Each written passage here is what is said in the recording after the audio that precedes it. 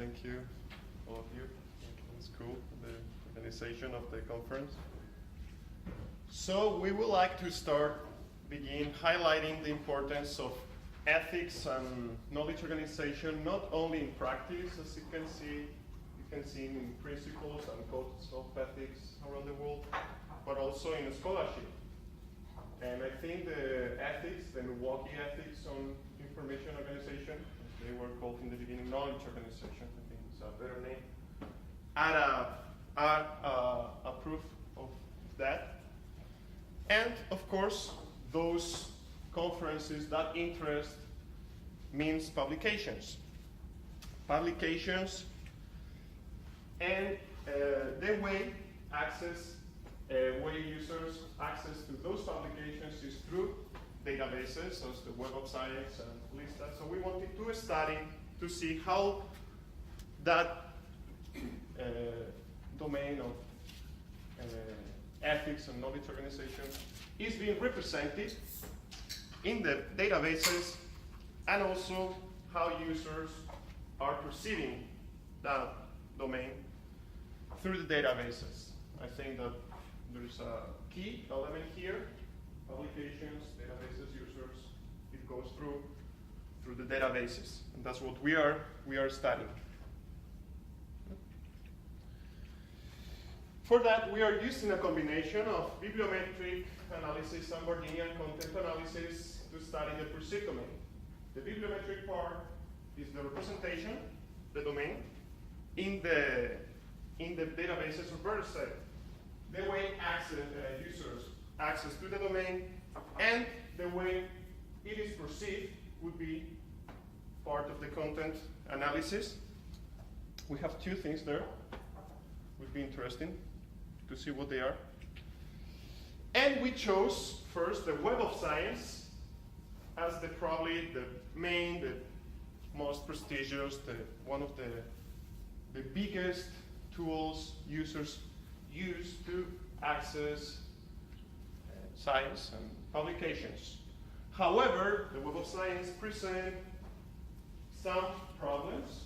We collected some of those problems regarding impact factor, institutional affiliations, time of indexing, language biases.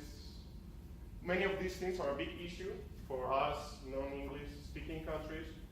People do research and publish and talk, discuss about these things. But the thing that worried us more here was the journal coverage. Why? Because one of the key journals from our perspective, cataloging and classification, quarterly, is not represented in the Web of Science, and the proceedings or the publications from the first conference were published in cataloging and classification and cataloging. So, for that, we wanted to complement that database with a different one, with another one. We thought of Scopus, and it's funny, there's a funny statement that they repeat, and they explain that they are unbiased. And we thought that it was really amazing. And I think that deserves further research, but no, we didn't work with Scopus for some other reasons, and because we wanted to work with LISTA, with a more specialized database that also includes full text. That's I think for the purpose of our study was interesting to work with full text because of the way for our retrieval profiles, the way information is retrieved. That is one of the key aspects in our study. So these are the retrieval profiles for both databases. First, we just introduced the terms, the box. This is the way it is structured according to the databases. The topic thing is something that the Web of Science does automatically, but actually it searches the title, abstract, keywords, and one thing that they call keywords plus. They don't search full text. While LISTA just introducing this string they search full text. We use some synonyms, terms, keywords that we might think could be used by users, like moral. We use the roots of the words. We use regional variations, spelling variations, organization with S, with Z. And we retrieve 2 sets of results from each database, 24 references from the Web of Science, 39 references from LISTA. We will talk more about them. The funny thing is that we realized that of these 53 different there were 53 different references, only 10 were overlapping references. References that both databases, according to these retrieval profiles, that we think that's what a user, an average, we don't like to use average user, but a non-expert user or somebody who wanted to be introduced to this domain, information, knowledge organization, and ethics domain, would use. I mean, and I don't think this is too incomplete, but that person would receive only 53 different references, where 10 are overlapping, and there are 14 unique references from the Web of Science and 29 unique references from LISTA. This is something that we thought that might be an indicator of many omissions from each database and maybe from both. So we ended up focusing on those omissions that users are not retrieving, and maybe the perception of users after the omissions. The frequency of publications, we can see blue, Web of Science, red, LISTA, yellow, total. We can see 2 peaks, 99, 2009, and 2012. You can guess what they mean, the 2 conferences. While only the 2009 peak was expected, only because of LISTA. The total and LISTA overlap because, almost overlap, because the Web of Science doesn't include the proceedings there. Papers, language of the papers, mainly in English. We don't think that's a problem. There's 1 paper in Spanish, 1 paper in Portuguese, 1 paper in Korean. I don't think that's a problem because we could not check the Korean paper, but the Portuguese and Spanish paper, those authors publish in English, the same sources, even in 1 case, they are mentioned. And these are the lists of most cited, not cited authors, that's a mistake, it's the authors, the most frequent authors, according to the results. So we see our colleague, 2 papers, 2 papers with 2 authors with 2 documents from the Web of Science, Professor Joseph Dennis and Professor Guimaraes. There are 1 paper with 2 documents, with 1 author, 1 author with 2 documents from LISTA, and this is the total,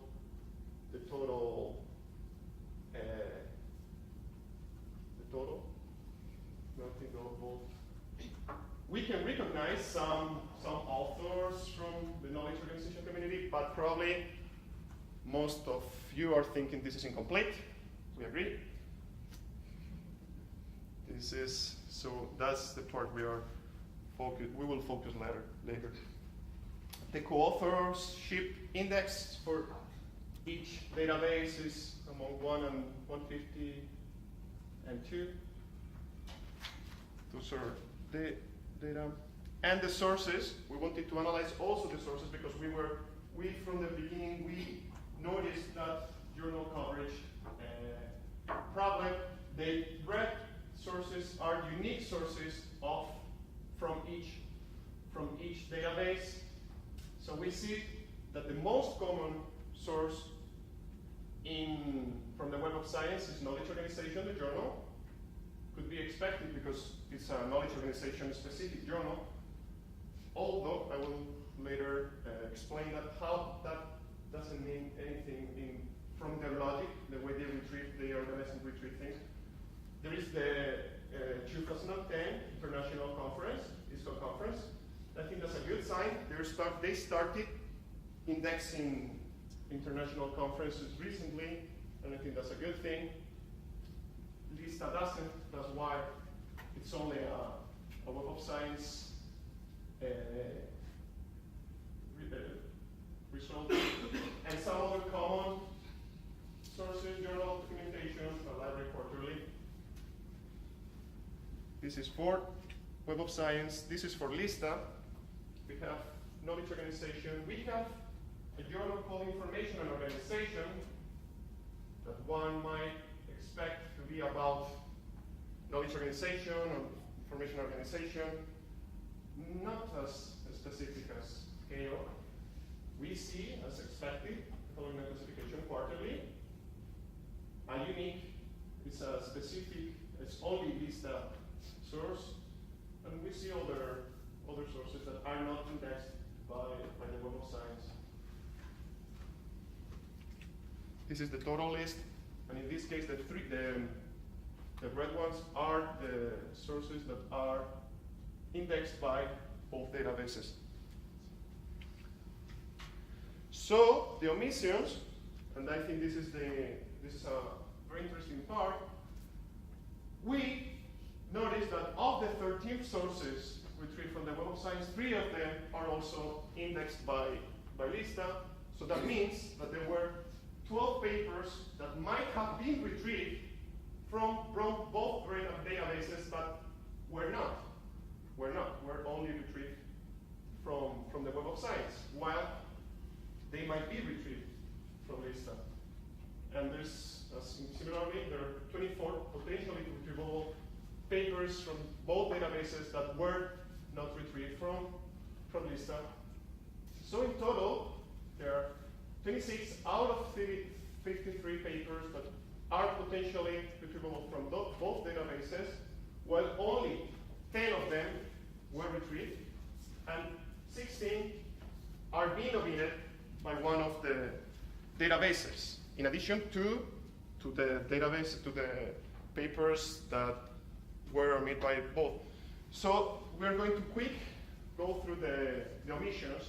From LISTA, there are 2 papers that were retrieved from the Web of Science, not from LISTA. They're indexed. We checked all of them. And in these cases, I don't see any logic. It's true that LISTA is not as clear as the Web of Science with their criteria, because in the case of Adler and Tennis, include ethical knowledge organization in the abstract and text, but it's not retrieved. In the case of Jensari, my paper also includes the terms in the abstract and text. The title is very explicit, and just for the record, he states that it's based on the talk presentation from the second Milwaukee conference. The references submitted by the Web of Science, there are 9 KO references. KO is indexed by the Web of Science. There are 3. All the references from that journal, Information and Organization. It's true that the 2002 and 2006 references are not included. They were not indexed, so we didn't count them. And 2 JDoc references. So we will go through them. These 2, I think the omissions are justified. Actually, the reason why they were retrieved from LISTA is because they include the string moral, part of one of the authors. So and they are related. They include well, I mean, actually that's a funny thing. If they might include they're published in KO, so they are assumed to be on knowledge organization, but not on ethics or morals. There is one reference from 2013 that includes the terms ethics and knowledge organization in the abstract, but for some reason the whole issue doesn't seem to be indexed. I could not retrieve any of it's one issue just from 2013. There is one paper from 2009 that includes the term knowledge organization and other terms, including the roots, ethic, and moral, but the term ethical is only in the abstract. So we should remember that Web of Science doesn't search full text, only abstract, title, and keywords. And the rest of the KO references belong to the second Milwaukee conference in knowledge organization. All of them includes, or most of them, well, there's an analysis, there's the explanation, how they include the terms, but some of them don't include them in the search fields. Others, they don't include, they just don't include knowledge organization or information organization. One might assume that a paper published in a journal called Knowledge Organization is a knowledge organization, right? And maybe we don't just write knowledge organization, but it's on knowledge organization, but they are not retrieved.